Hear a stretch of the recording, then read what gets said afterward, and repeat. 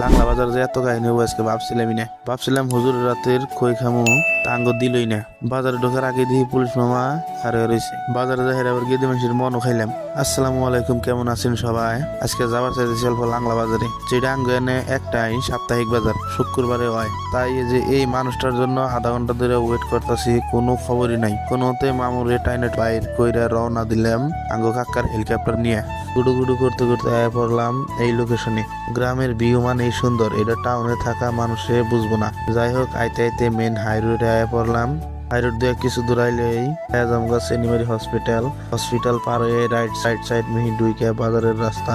বাজারের গেটের কালাও তো সুন্দর ভিউ দেখন যায়। এই ভিউ খালি গ্রামেই দেখন যায়। বেশি গুলুমুলু না করে আয়া পড়লাম লাংলা বাজারে। হেলিকপ্টার পার্ক করলাম।